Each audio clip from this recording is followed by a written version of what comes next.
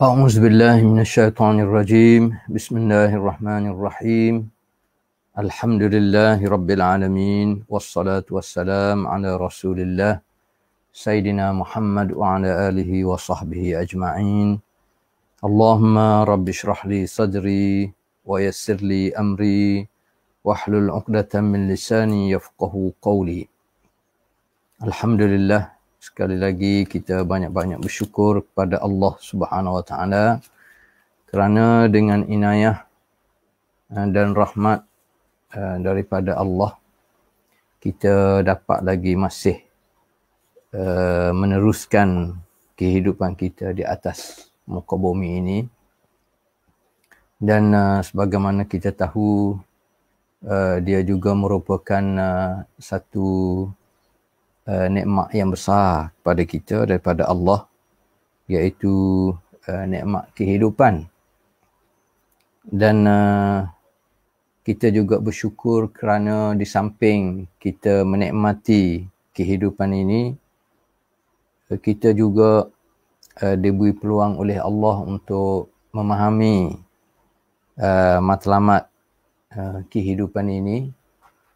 Jadi insya-Allah kita tahu cara macam mana untuk menguruskan nikmat yang begitu banyak, nikmat yang pelbagai daripada Allah, sehingga menjadikan kita ini fikir cara macam mana untuk daripada masa ke semasa kita sentiasa berada dalam nikmat ketaatan, nikmat beribadat kepada Allah Subhanahu Wa Taala.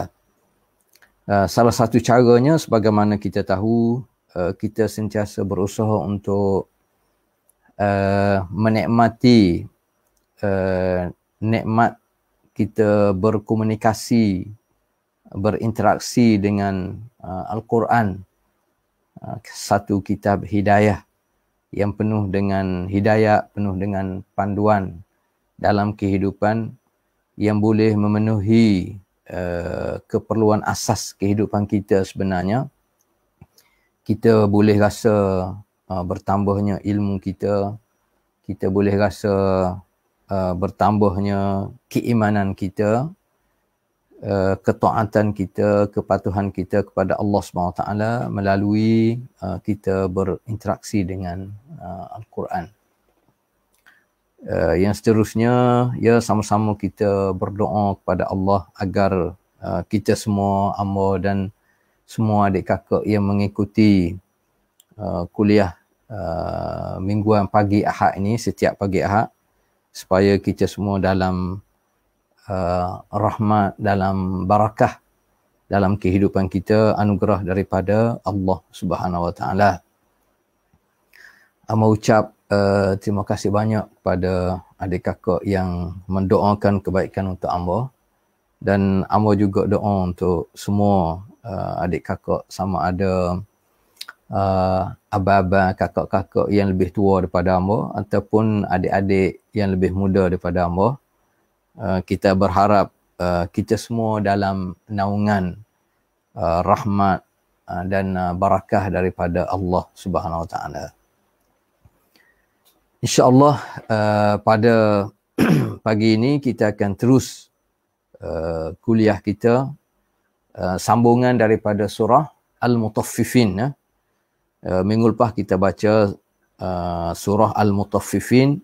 Minggu ni insyaAllah kita sambung bermula ayat yang ke-18. A'udzubillahi minasyaitonirrajim. Bismillahirrahmanirrahim. Kalla inna kitabal abrari lafi 'illiyin. Kalla inna kitabal abrari lafi 'illiyin. Kalla, dia memberi makna di sini sekali-kali tidak. Maknanya kalla ni dia juga memberi makna haqqan, hak sebenarnya. Kalla ni maknanya hak sebenarnya, inna kitabal abrari lafi 'illiyin.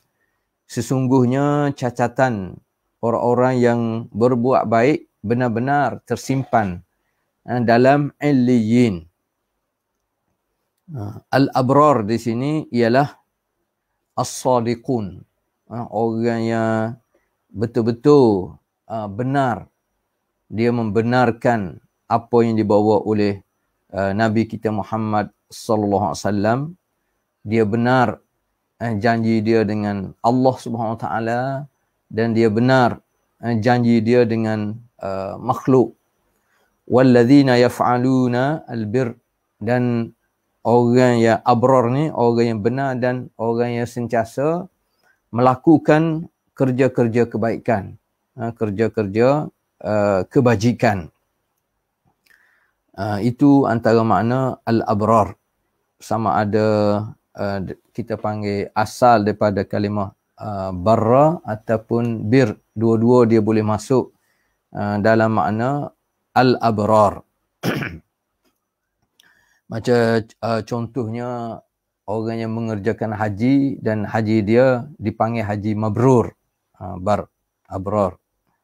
Ataupun orang yang bersumpah dan dia menepati sumpah dia, dia dipanggil barra.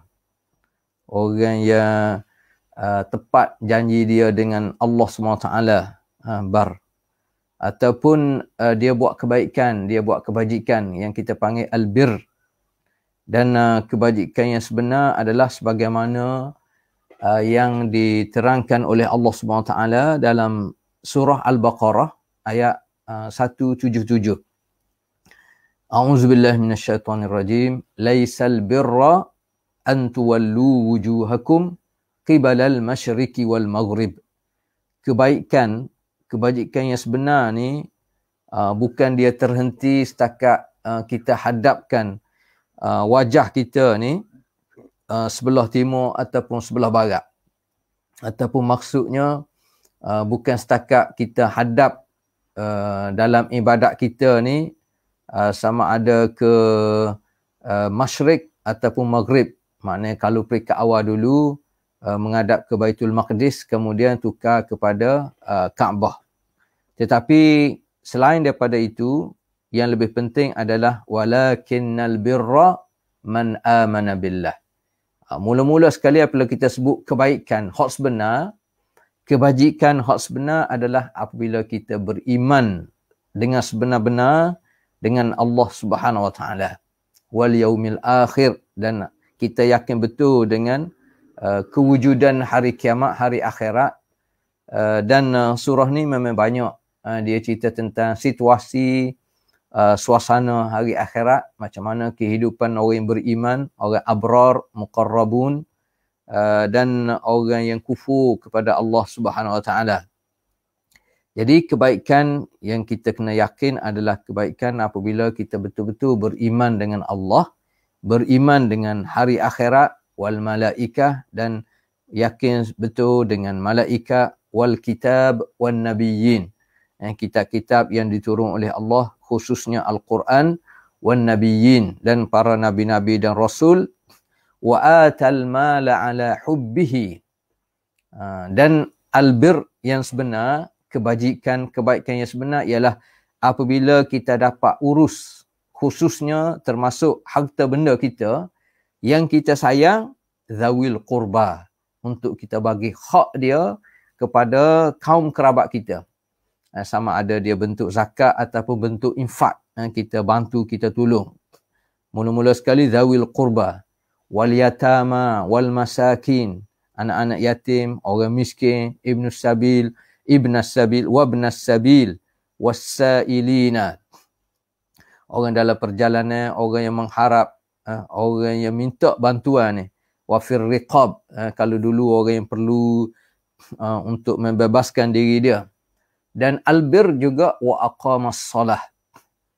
Kalau kita nak melakukan kebaikan, kebajikan, antaranya kita jaga solat kita, kita mendirikan solat, wa ataz zakah, kita tunai zakat, wal mufuna bi ahdihim idza ahadu, dan kita tunai janji apabila kita berjanji. Maknanya tunai janji juga adalah satu benda besar, satu benda yang berkaitan dengan al-khair, berkaitan dengan al-bir. Was-sabirina fil ba'sa'i wad-dharra'i wa hinal ba's, dan kita sabar dalam kehidupan ini. dalam menempuh ujian, kesusahan, kesulitan, termasuk semasa peperangan ke, ulaika allazina sadaqu wa ulaika humul muttaqun. Kalau kita dapat tunai ni, maka kebaikan-kebajikan yang kita buat, maka kita termasuk orang yang betul-betul benar dia dengan Allah Subhanahu Wa Taala, orang yang betul-betul termasuk dalam golongan orang yang bertakwa. Inilah antara makna inna kitabal abrar lafi 'illiyyin. Kitab catatan orang yang abrar ni berada di 'illiyyin, berada di tempat yang tinggi, tempat yang tertinggi. Artinya abrar ni ialah orang yang mentaati Allah Subhanahu Wa Taala sepenuhnya, baru Allah biadai faraidhihi, dengan cara dia tunai segala perkara-perkara yang wajib, perkara-perkara yang fardu, wajtinab maharimihi, dan meninggalkan segala apa yang dilarang oleh Allah Subhanahu Wa Taala. Baik, lafi 'illiyyin. Jadi kedudukan abrar, kitab catatan amal dia ni yang mengandungi segala amal kebaikan dia, kedudukan dia fi makanin huwa makan fis sama'is sabi'ah. Setengah ulama kata 'illiyyin ni di langit yang ketujuh. Ada yang kata yang pentingnya 'illiyyin ni di tempat yang tinggi, yang mulia, di sisi Allah Subhanahu Wa Taala. Wa ma adraka ma 'illiyun. Tahukah kamu apakah itu 'illiyun? Apakah itu 'illiyun? 'Illiyyin ni diambil daripada dalam bahasa Arab minal ulu, al-ulu, tempat yang tinggi. Lagi tinggi, lagi mulia kedudukan dia. Wa ma adraka ma 'illiyun. Jadi 'illiyun ni tempat yang tinggi, sebagaimana ulama ia sebut. Ada yang kata sampai ke Sidratul Muntaha, ada yang kata di langit yang ketujuh. Di situlah adanya roh arwah orang yang betul-betul beriman kepada Allah Subhanahu Wa Taala. Ada ulama kata 'illiyyin ni maknanya dalam syurga. Apapun Allah Taala kata 'illiyyin ni adalah kitabun marqum. Kitabun marqum, ia adalah kitab yang mengandungi catatan amal. Kitabun marqum, kitab yang tertulis, yang disaksikan oleh al-muqarrabin, bimashhad al-muqarrabin, orang yang betul-betul dekat dengan Allah Ta'ala, daripada kalangan malaikat dan daripada sadat al-mu'minin, pemuka-pemuka orang yang beriman, orang yang betul-betul beriman, di samping daripada kalangan para ar-rusul wal anbiya. Itu maksud dia kitabun marqum yashhaduhul muqarrabun, yang mana catatan ini, kitab ini disaksikan oleh muqarrabun, diterjemahkan dengan malaikat-malaikat yang didekatkan kepada Allah Subhanahu Wa Taala. Ada ulama kata disaksikan oleh para malaikat, para anbiya wassalihin, orang yang betul-betul soleh, orang yang betul-betul beriman, taat, beramal kepada Allah Subhanahu Wa Taala dengan seikhlas hati mereka. Yashhaduhu al-muqarrabun. Jadi kitab ni tidak sama dengan kitab Al-Fujjar tadi. Al-Fujjar yang kita baca sebelum ni, seolah kitab mereka ni tidak ada, maknanya dalam suasana yang hina, tidak ada persaksian. Adapun kitab Al-Abrar ni disaksikan oleh orang yang paling dekat dengan Allah SWT, dari kalangan malaikat, dari kalangan al-anbiya, dari kalangan as-salihin, orang yang soleh, orang yang baik, orang yang sentiasa buat kebaikan dan kebajikan. Baik, kita tengok gambaran Allah Subhanahu Wa Taala, dia beri kemuliaan kepada orang yang betul-betul beriman kepada Allah Subhanahu Wa Taala dengan iman yang sebenar. Kemudian ayat seterusnya, yashhadul muqarrabun innal abrara lafi na'im. Kemudian sesungguhnya orang-orang yang diterjemah orang yang berbakti, benar-benar berada dalam syurga yang penuh kenikmatan. Innal abrara lafi na'im. Sesungguhnya orang-orang yang berbakti benar-benar berada dalam syurga yang penuh dengan kenikmatan. Di sini disebut al-abrar. Sebagaimana kita sebut tadi, antara makna abrar ialah orang yang beriman yang betul-betul benar janji dia dengan Allah SWT, janji dia dengan makhluk, dan dia orang yang sentiasa fikir macam mana untuk sentiasa berada dalam ketaatan, untuk melakukan kebaikan, untuk melakukan kebajikan. Di sini ada dua istilah. Satu abrar, yang kedua al-muqarrabun tadi. Sebab itulah kadang-kadang kita dengar istilah hasanatul abrar, sayyiat al-muqarrabin. Hasanat, ini bukan hadis, ini kata-kata ulama. Setengah orang sebab dia nak bezakan kedudukan manzilah al-abrar dengan al-muqarrabun. Jadi tentulah di sini kita boleh nampak orang yang paling tinggi kedudukan dia ialah al-muqarrabun. Kemudian al-abrar. Sebab itulah pada pandangan al-muqarrabin ni, kebaikan yang dilakukan oleh abrar ni, nisbah pada muqarrabin ni masih rendah lagi taraf dia. Sehingga dia sebut hasanat al-abrar, sayyiatul muqarrabin.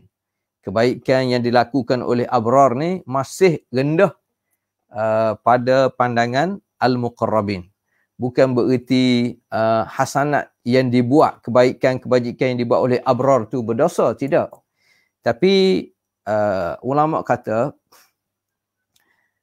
kalau kita nak bezakan kedudukan antara abrar dengan muqarrabun ni, abrar ni contohnya dia fokus untuk pastikan dia melakukan segala kewajipan dia, segala kefarduan yang ditentukan oleh Allah SWT, dia laksanakan dengan sebaik mungkin. Dalam masa yang sama, dia meninggalkan segala al-muharramat, apa-apa yang ditegah, apa-apa yang dilarang, yang diharamkan oleh Allah Subhanahu Wa Taala. Itu paling kurang al-abrar. Adapun muqarrabun ni, dia tidak terhenti setakat tu saja. Bahkan dia pastikan dia melakukan kewajipan dan dia melakukan segala apa yang digalakkan oleh Allah, oleh Islam, dan hatta perkara-perkara yang mubah sekalipun, perkara-perkara yang harus sekalipun, sebahagiannya dia tidak laksanakan sebab lebih kepada dia nak pastikan supaya dia tidak tergelincir daripada nikmat ketaatan yang dia sentiasa lakukan kepada Allah Subhanahu Wa Taala. Itu kita boleh sebut secara umum tentang perbezaan antara al-muqarrabun dengan al-abrar. Macam contohnya, contoh mudah, sebahagian orang dia sebut macam anak-anak kita yang berjaya dalam SPM, contohnya kejayaan di sudut akademik lah, di sudut akademik, antara 10A contohnya yang pelajar daripada sekolah biasa, sekolah harian biasa, sekolah swasta dapat 10A, lepas tu sekolah asrama penuh pun dapat 10A juga. Maknanya dua-dua comel lah, baik. Tapi kalau ikut nisbahnya, pelajar-pelajar yang berada di sekolah asrama penuh, sepatutnya dia tidak dapat 10A, dia mesti dapat lebih lagi di sudut kejayaan akademik lah, kita fikir sekarang ni.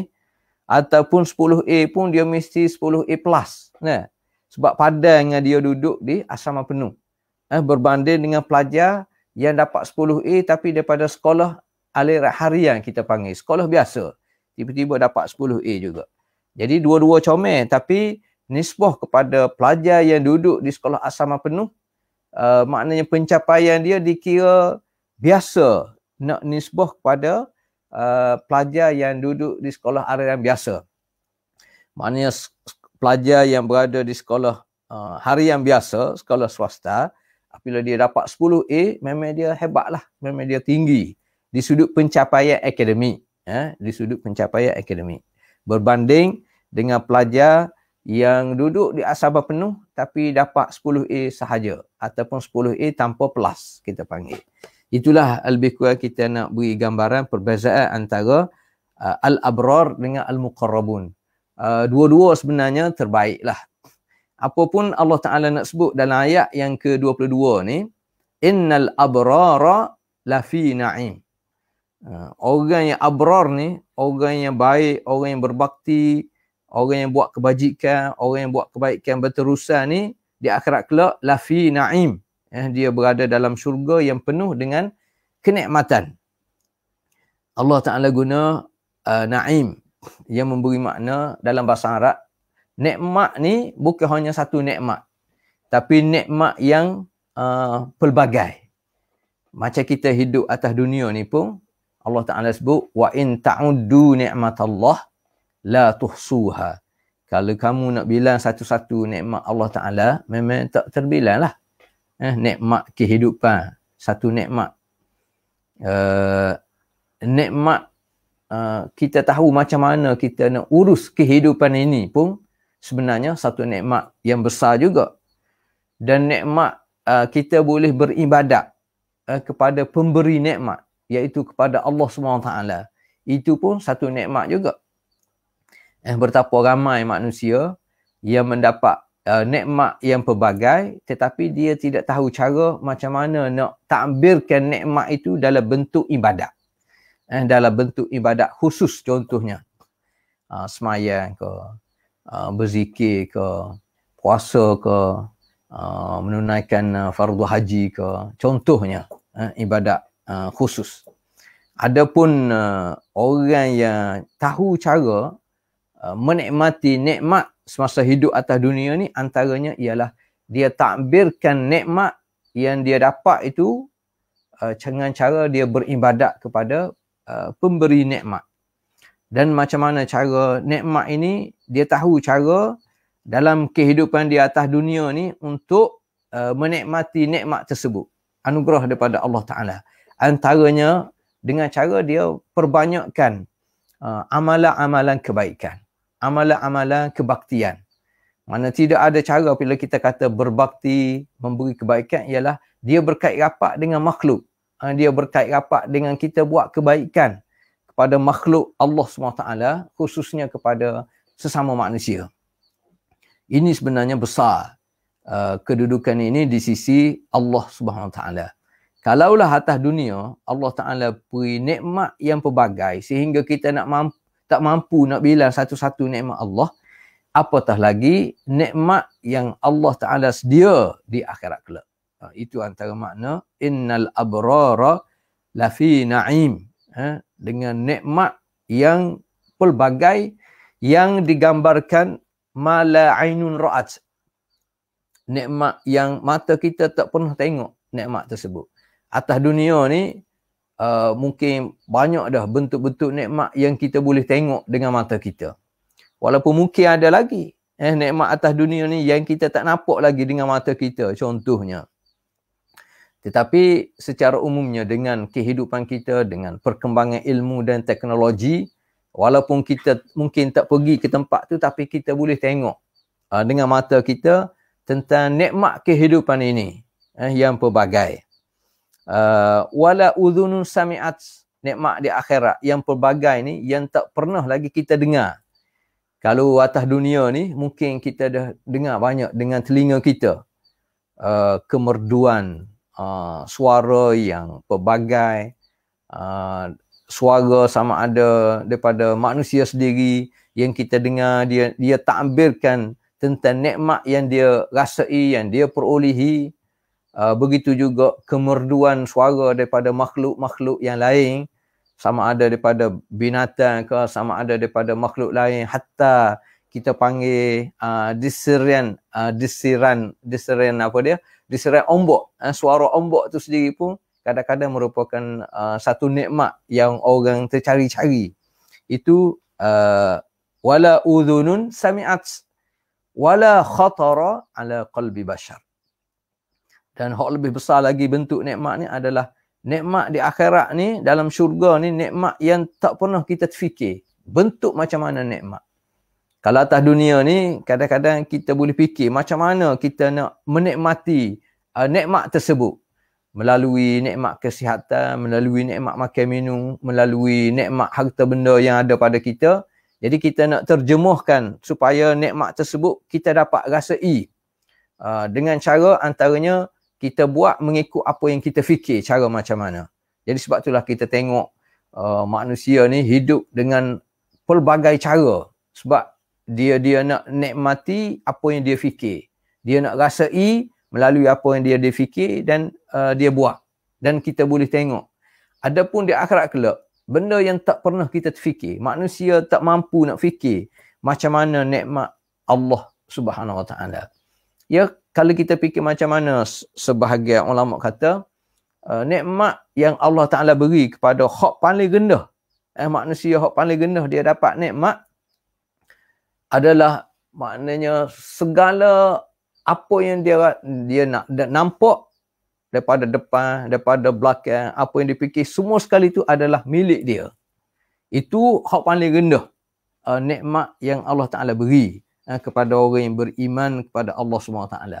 Sebab itulah bila kita baca ayat innal abrara lafi na'im. Orang yang abrar, orang yang beriman, orang yang taat, orang yang patuh, orang yang berbakti, orang yang suka buat kebaikan, suka buat kebajikan ni, tanpa ada unsur kejahatan, kebencian, permusuhan, semua sekali ni, dia berada dalam nikmat yang pelbagai. Lafi na'im. Sebab itulah apabila kita baca ayat-ayat macam ni, kita kena ingat gambaran kehidupan di akhirat, bukan kehidupan di dunia. Artinya kita boleh rasa nikmat kita baca ayat Quran ni apabila kita yakin betul tentang kehidupan kita di akhirat kelak. Kalau kita dengan kehidupan akhirat pun kita tidak berapa yakin, antara tak berapa yakin adalah apabila kita tidak ingat sangat tentang kehidupan akhirat ni. Kita lebih fokus kepada kehidupan dunia. Itu memberi makna sebenarnya kita tidak beriman dengan iman yang sebenar kepada Allah dan kewujudan hari akhirat. Tanda bukti kita beriman kepada Allah dan hari akhirat adalah dalam kehidupan kita ni, semasa kita hidup atas dunia, ruang untuk kita sentiasa fikir dan buat persiapan untuk kehidupan akhirat ni sentiasa ada. Itu gambaran. Jadi kita boleh rasa nikmat keimanan kita kepada akhirat melalui antaranya kita dapat menghayati, kita dapat tadabbur, kita dapat rasai termasuk ayat ni. Innal abrara lafi na'im. Innal abrara lafi na'im alal araiki yanzurun. Alal araiki yanzurun. Dia duduk di atas pelamin, disebut pelamin. Araik ni gambarannya tempat duduk macam mana.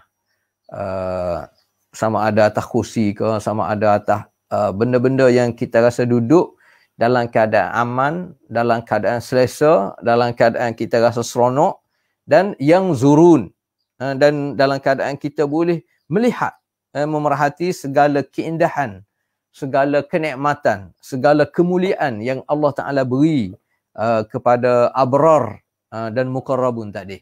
Orang yang beriman, orang yang buat kebajikan ni. Dalam keadaan kita tengok relax lah.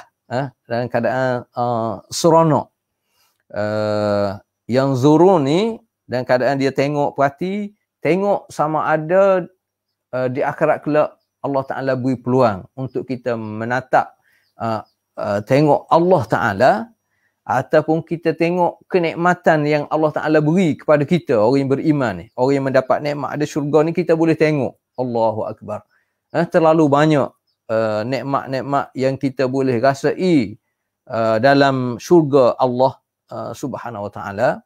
Dan dalam masa sama, kita juga, orang beriman juga, dia boleh tengok suasana kehidupan azab yang dirasai oleh ahli neraka. Itu antara makna yang zurun, dia perhati.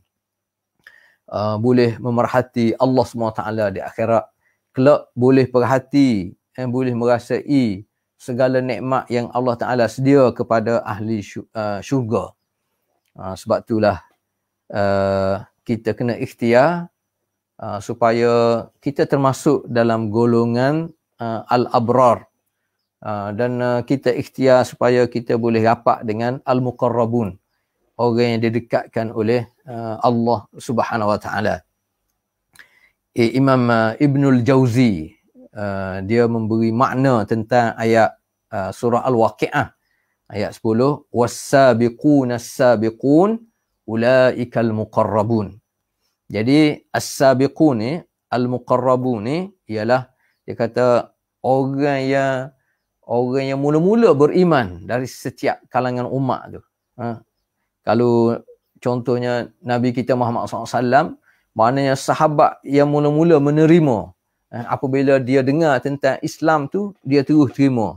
Itu as-sabiqun as-sabiqun ulaikal muqarrabun.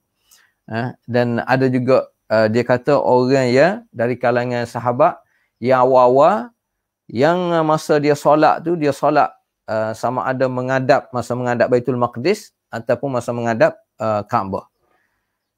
Dia juga sebut as-sabiqun as-sabiqun muqarrabun ni ialah orang yang betul-betul berpegang dengan Al-Quran, dengan Quran yang dia kata sebagai panduan kehidupan dia.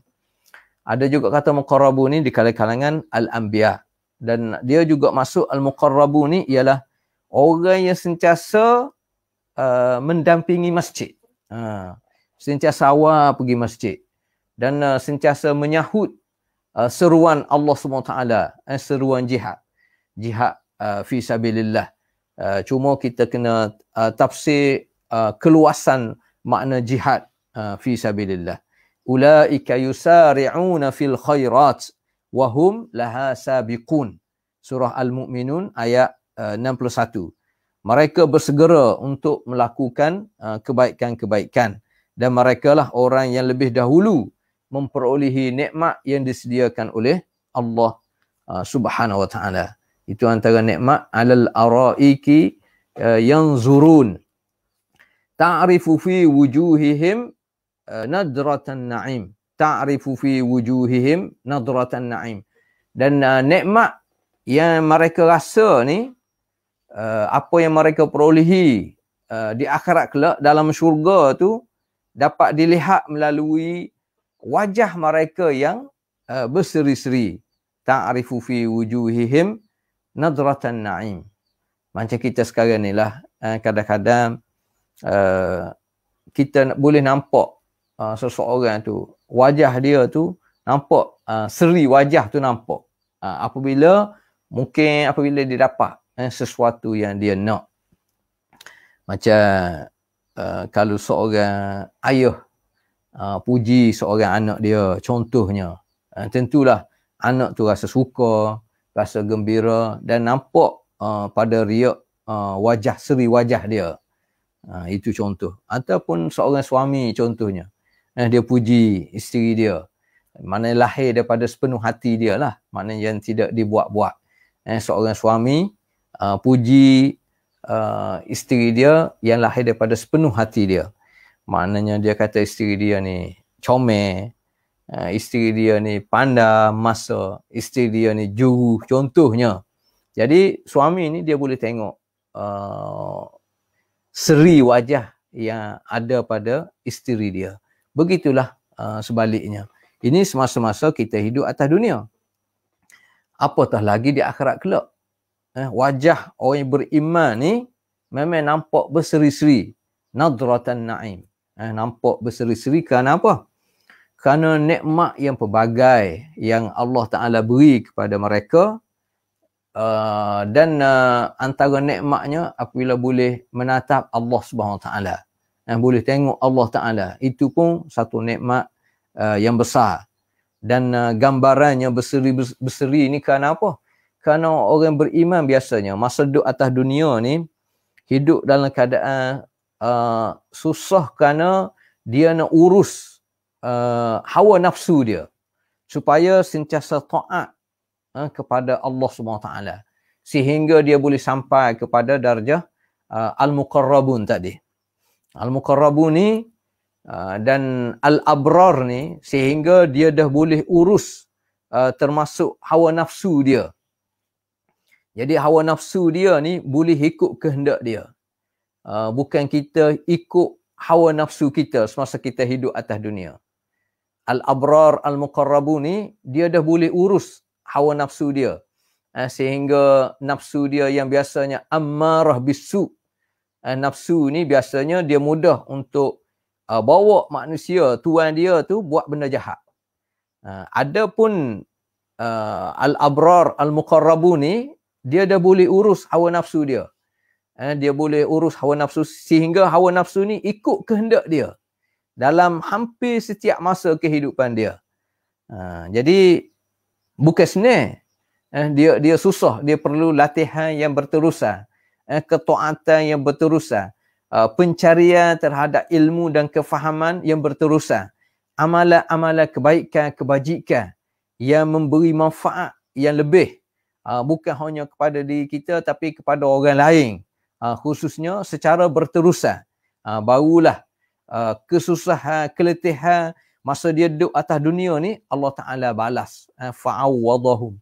Allah Ta'ala ganti kesusahan dia masa duduk atas dunia ni dengan nikmat, sehingga wajah dia tu nampak seri wajah dia. Ta'arifu fi wujuhihim nadratan na'im. Yusqawna min rahikim makhtum. Antara nikmatnya mereka diberi minum daripada air yang bekasnya masih berbalut, makhtum. Maknanya nikmat air antaranya yang dirasai oleh ahli syurga ni masih tidak diguna. Mana kalau berada dalam botol-botol, dalam bekas yang masih tertutup, makhtum, yang masih berbalut. Ar-Rahik ni antara jenis air yang terbaik lah dalam syurga. Dalam syurga. Kalau kita Rahik ni, air itu betul-betul bersih, betul-betul sedap, dan tidak ada, orang Kelantan panggil, tak ada kelarah, tak ada benda-benda yang tertinggal. Biasanya kalau kita minum air, dalam gelas tu kita minum, akhir sekali kita panggil paling bawah dalam gelas tu, orang Kelantan panggil patak gelas tu, dia ada tinggal juga benda-benda yang kita nampak. Tetapi Rahik ni adalah jenis minuman yang betul-betul pure. Dia punya kebersihan dia, rasa keindahan dia, rasa sedap tu, itu betul-betul Rahik. Lepas tu makhtum pula, maknanya tidak terdedah. Benda ni dalam tempat yang berbalut, benda yang tertutup. Nak tunggu orang mukmin je masuk syurga di akhirat kelak. Itu makna Rahik. Minuman yang paling tinggi dia punya kedudukan dia dalam syurga kelak. Dan dia memang khusus untuk lil muqarrabin, bagi orang yang hum a'la al-khalq manzilah. Kedudukan dia di sisi Allah Subhanahu wa taala. Rahik, sebab itulah dalam bahasa Arab contohnya dia sebut Rahik al-azhar. Maknanya madu bunga. Madu bunga. Macam mana bunga boleh meluahkan madu khusus? Maknanya kita nampak bersihnya. Sebab itulah dikelilingi oleh lebah-lebah contohnya. Khitamuhu misk. Yang mana penutup ni daripada misk. Bauan. Kalau misk ni kita terjemah kasturi lah. Dan antara wanginya yang sedap, baunya adalah al-misk, kasturi, yang betul-betul pure lah, yang 100%. Biasanya kalau kita pergi Mekah buat umrah, buat haji, memang banyaklah air wangi. Sekarang ni seluruh dunia, di Malaysia pun banyak. Tapi biasanya kalau kita pergi Mekah ni, antara benda kita cari ke air wangi lah. Dan antara bauan wangi yang menarik, yang comel adalah misk yang pure tu. Betul-betul. Dia nampak putih, bersih. Wangian dia tu boleh bertahan berjam-jam, bahkan dalam tempoh yang agak lama. Jadi di akhirat kelak, khitamuhu misk, penutup kepada minuman ni adalah daripada misk, bauan yang begitu indah, begitu menarik. Wa fi dzalika falyatanafasil mutanafisun. Sebab itulah tujuan apa? Tujuannya Allah Ta'ala nak supaya kita ni berlomba-lomba untuk berusaha menempatkan diri kita ni dapat nikmat tersebut. Sebab itulah banyak ayat sebut fafirru ilallah, wasari'u, bersegera, ila maghfiratin min rabbikum, bersegera untuk mendapat keampunan daripada Allah Subhanahu Wa Taala. Dalam surah Asy-Syarh ayat yang ke-7 disebut fa idza faragta fansab. Apabila selesai satu urusan, kita buat urusan lain pula, dan tetaplah bekerja keras untuk urusan yang lain. Tidaklah apabila kita buat satu benda, kita dapat, kita perolehi, maka kita relax. Kita habiskan terlalu banyak masa dalam keadaan kita relax, kita tidak buat apa-apa. Tidak. Orang mukmin hak sebenarnya untuk mendapat nikmat ni, muqarrabun dengan abrar ni, fa idza faragta fansab. Selesai satu urusan, terus buat urusan lain pula. Wa ila rabbika farghab. Tetapi kehendak dia, berharap dia hanya kepada Allah Subhanahu Wa Taala. Bukanlah buat kerja kerana nak dapat pujian, bukan buat kerja kerana mengharapkan habuan, tidak. Tapi asasnya lillahi ta'ala, kerana Allah Subhanahu Wa Taala. Memang benda ni susah lah. Benda ni susah. Sebab itulah kita perhati dalam mana-mana dunia, dalam mana-mana organisasi, kita nak cari pemimpin yang betul-betul buat kerja kerana Allah SWT. Buat kerja kerana kita kata untuk kebaikan organisasi dia, untuk kebaikan negara dia. Maknanya bila kita kata untuk kebaikan negara dia, kebaikan untuk rakyat keseluruhan bagi sesebuah negara. Kita nak cari pemimpin yang betul-betul boleh memenuhi hasrat ni, memang susah lah. Memang payah. Hak bahagian kecek mudah. Sebab tak ada seorang pun lidah dia ada tulang. Semua lidah macam lidah hama belaka. Maknanya boleh kecek, boleh apa. Tetapi apabila nak laksana, nak pastikan, memang susah. Itulah kehidupan atas dunia. Sebab dia merupakan ujian Allah SWT. Cuma kita tengok pada kita lah. Di posisi mana kita? Kita di posisi pemimpin ke? Kita di posisi dipimpin ke? Terserah pada masing-masing. Tetapi sejauh mana kita ingat, kita beriman kepada Allah, dan kita nak takbirkan iman kita ni melalui amalan-amalan sebagaimana kita sebut tadilah.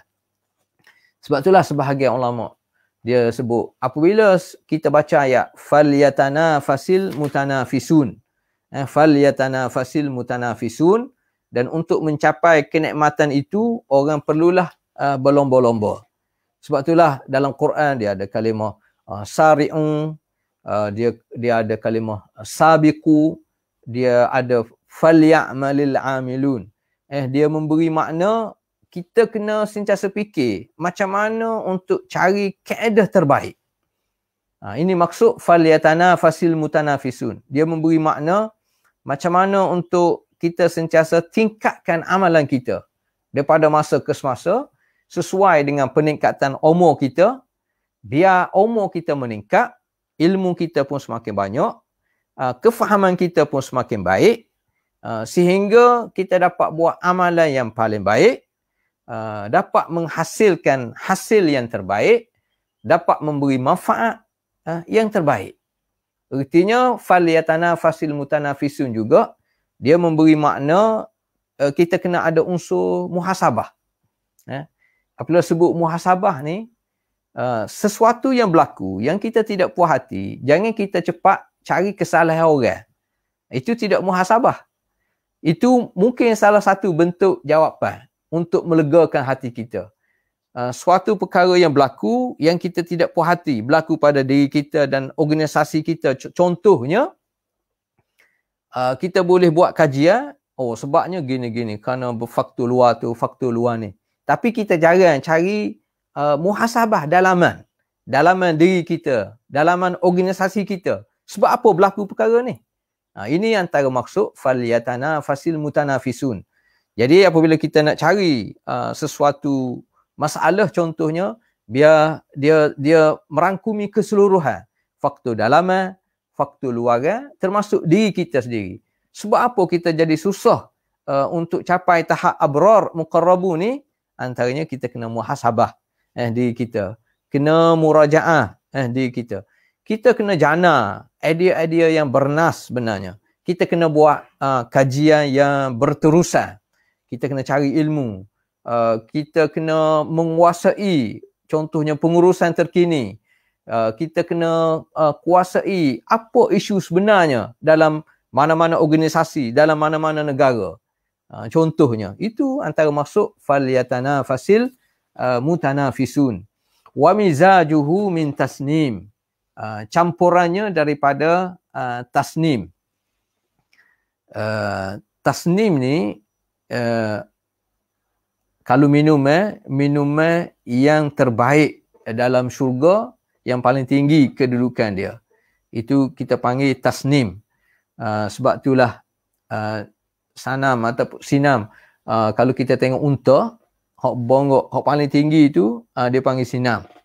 Begitu juga hadis wazir wa sinamihi. Kemuncak hak paling tinggi adalah jihad kita fi sabilillah. Jadi at-tasnim ni ma fil jannah, air dalam syurga yang paling tinggi kedudukan dia. Ainan yashrabu bihal muqarrabun. Ainan yashrabu bihal muqarrabun. Kita terjemah iaitu mata air yang diminum oleh mereka yang dekat dengan Allah Subhanahu Wa Taala. Jadi sekarang ni, hak kita duk baca sekarang ni tentang nikmat dalam syurga. Jadi kita tak boleh nak hayati kalau kita tidak rasa pentingnya hari akhirat ni. Kalau dalam kehidupan kita ni kita jarang fikir tentang apa persiapan kita untuk kita berdepan dengan saat kematian. Yang benda tu satu benda yang pasti. Dan apabila kita mati nak masuk alam kubur, kita nak berdepan di alam mahsyar, kita nak berdepan dengan Allah Ta'ala, apa persiapan kita? Kalau kita sentiasa fikir, masa bangun tidur ke, masa nak tidur ke, masa kita duduk tengah buat kerja ke, kita fikir, baru kita rasai nikmat kita berinteraksi dengan ayat-ayat suci Al-Quran yang berkaitan dengan masa depan, yang berkaitan dengan kehidupan di akhirat kelak, khususnya dalam syurga. Ainan yashrabu bihal muqarrabun, iaitu mata air yang diminum oleh mereka yang dekat dengan Allah Subhanahu Wa Taala. Sebagian ulama kata Allah Taala guna biha, ainan yashrabu biha. Dia tidak guna ainan yashrabu minha. Biha dia memberi makna minum dengan penuh rasa nikmat, penuh rasa seronok, minum sehingga kenyang. Sampai tahap tu.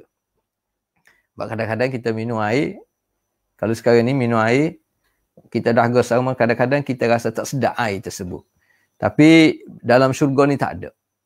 Air yang kita minum, ainan yashrabu biha al-muqarrabun. Minum dengan penuh keseronokan, dengan penuh kebahagiaan dan siapa kenyang. Was-sabiqun as-sabiqun ulaikal muqarrabun. Habis hak tu. Kemudian masuk ayat yang ke-29, innal ladzina ajramu.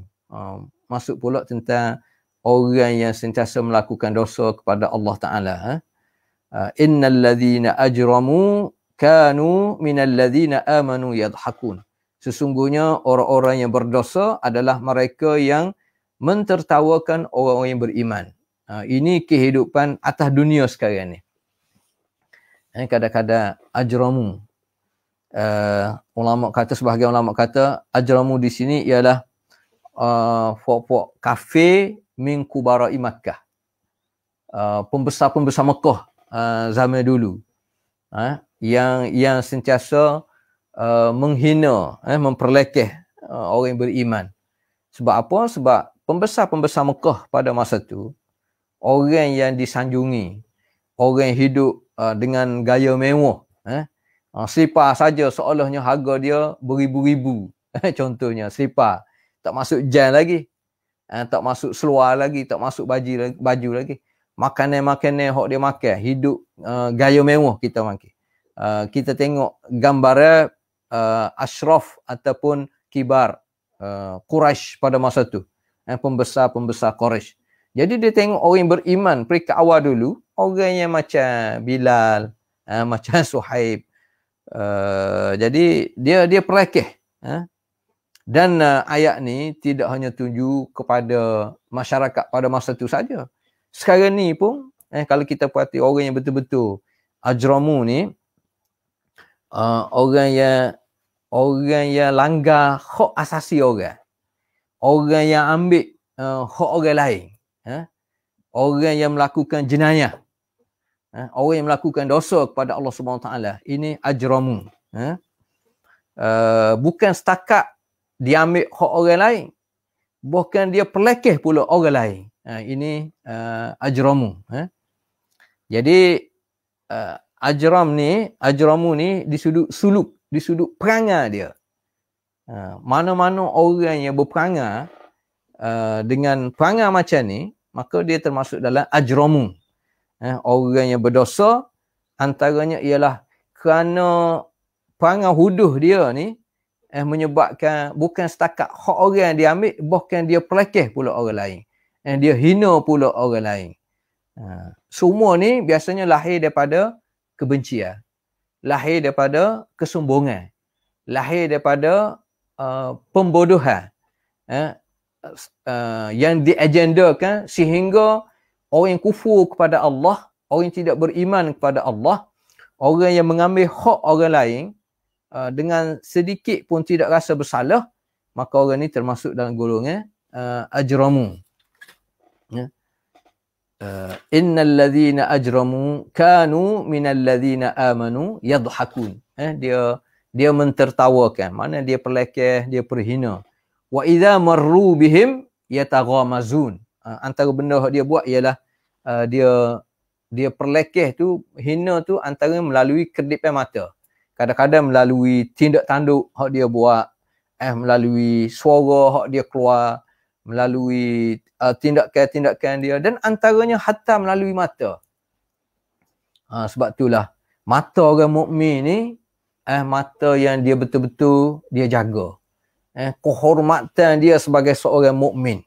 Dia tidak tengok benda-benda yang haram.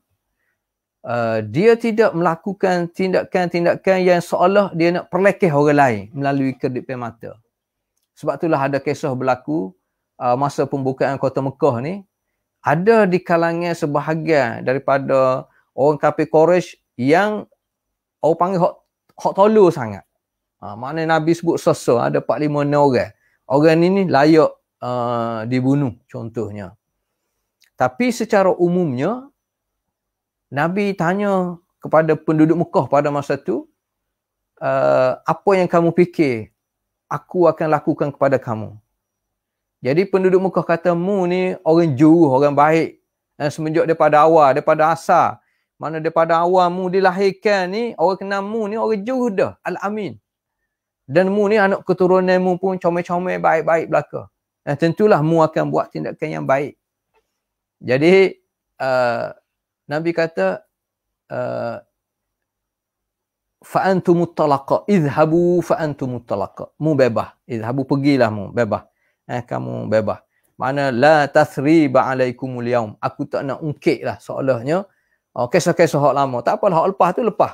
Terserah padamu. Mu beriman kepada Allah, untungnya mu. Mu tidak beriman, ruginya mu. Tapi yang pentingnya Islam ni tak ada paksaan. Jadi mu bebas. Idhabu fa'antumut tulaqa. Kecuali ada 4-5 orang hak Nabi sebut hak ni hak tolol sangat. Kepala hamlah dia panggil, jahat sangat. Jadi orang ni layak kena bunuh pun. Dan ada kisah salah seorang tu apabila dia tahu nama dia disebut, dia mari perasaan takut juga. Dia pun berlindung dalam sebuah rumah dan dia minta pengampunan lah. Jadi salah seorang sahabat ni dia minta pada Nabi, Nabi buat keputusan dengan cara kenyit mata je, kerdip mata. Sebagai tanda setuju ataupun tak setuju. Jadi Nabi kata mata orang mukmin ni mata yang tak mampu untuk melakukan kejahatan, untuk melakukan kezaliman, hatta mata sendiri pun. Jadi itu nikmat mata. Sebab itulah walaupun benda tu nampak kecil, kita nak hina orang kadang-kadang dengan kerdipan mata kita, tapi sebenarnya di sisi Allah Ta'ala terlalu besar. Jadi sebab itulah orang mukmin ni bukan setakat tindak tanduk dia, tangan dia kena jaga, ucapan dia kena jaga. Orang mukmin ni hak sebenarnya, sifat hak sebenar. Hatta mata pun contohnya. Dia tak ada buat benda-benda yang boleh menimbulkan rasa tidak puas hati orang ke. Hatta dengan musuh dia yang zahir pun maknanya tak ada benda yang terselindung. Dia buat betul-betul kerana Allah Subhanahu Wa Taala.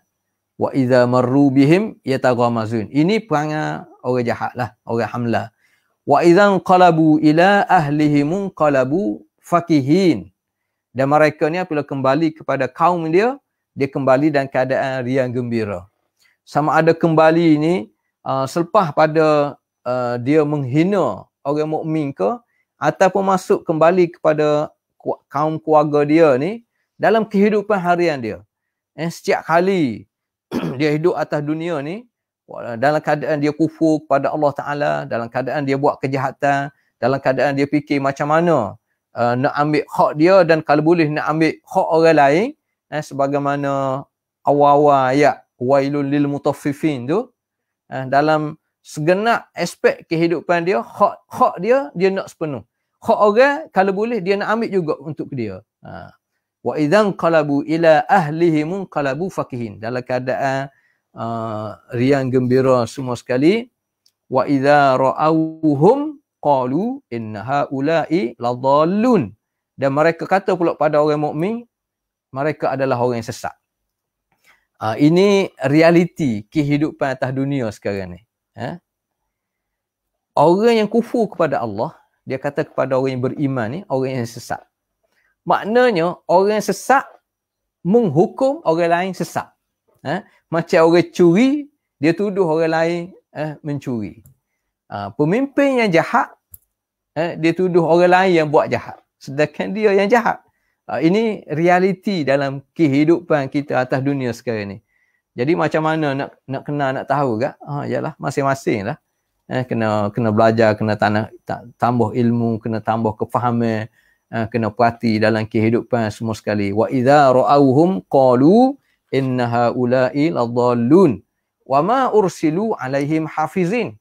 Sedangkan mereka kena faham, orang yang berdosa ni mereka tidak diutuskan untuk menjaga orang mukmin. Itu kita kena sedar. Mana-mana orang mukmin, kalau kita kata, kita rasa kita ni nak jadi orang yang betul beriman, kita kena yakin betul. Orang yang kufur kepada Allah ni bukan tugas dia nak jaga kita.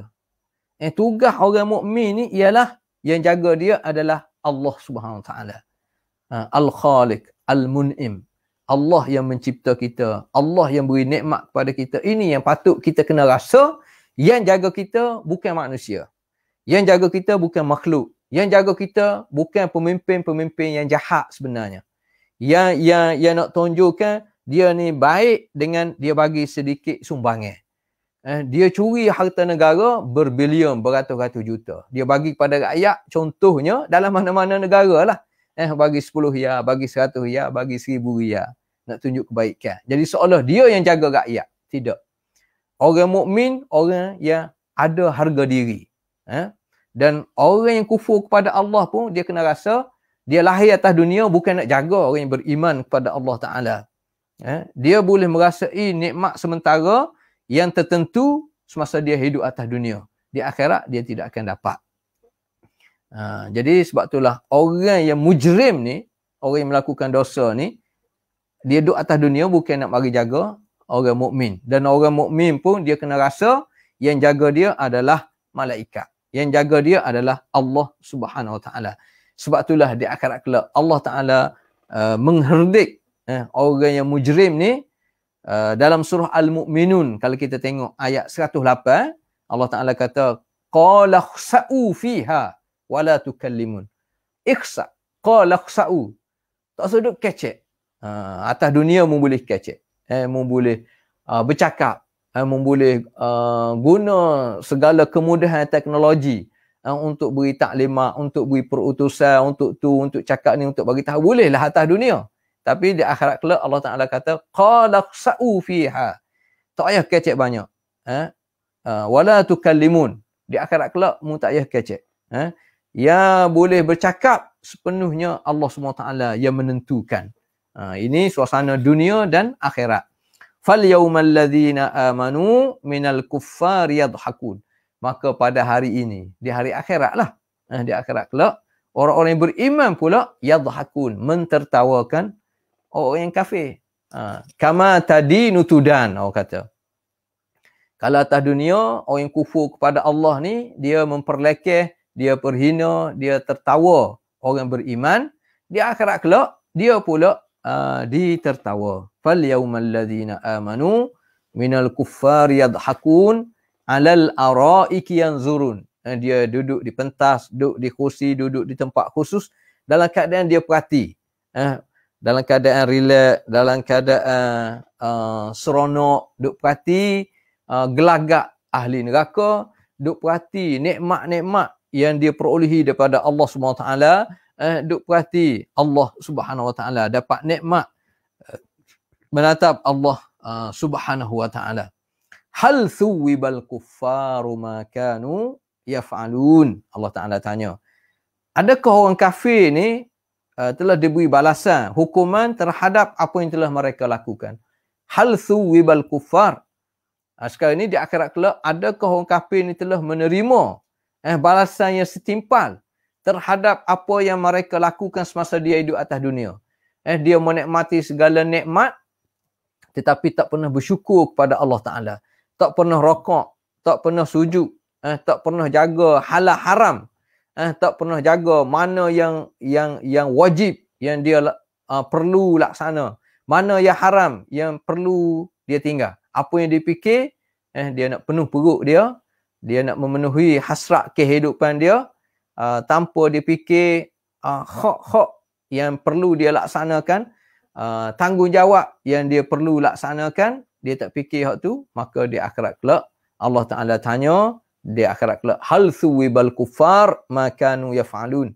Adakah orang yang kufur kepada Allah, orang yang zalim, orang yang melakukan jenayah dosa ni dah diberi balasan yang setimpal? Memanglah persoalan untuk menambahkan kehinaan orang kufur kepada Allah Ta'ala. Dan memang jawapan dia adalah memang Allah Ta'ala telah beri balasan yang terbaik kepada abrar, kepada muqarrabun, kepada orang yang soleh, orang yang beriman kepada Allah Ta'ala dengan balasan nikmat syurga. Dan memang Allah Ta'ala telah beri balasan yang setimpal kepada orang yang berdosa kepada Allah Subhanahu Wa Ta'ala. Itulah secara umumnya kefahaman yang kita boleh perolehi daripada surah Al-Mutaffifin. Mengucap terima kasih banyak pada orang yang sentiasa sama-sama kita berada dalam majlis yang kita doa supaya majlis ini juga sebagaimana majlis-majlis yang lain dinaungi oleh rahmat, barakat, dinaungi, dikelilingi oleh para malaikat untuk mencatat setiap yang hadir mendapat pahala berganda di sisi Allah Subhanahu Wa Taala. Wabillahi taufiq wal hidayah.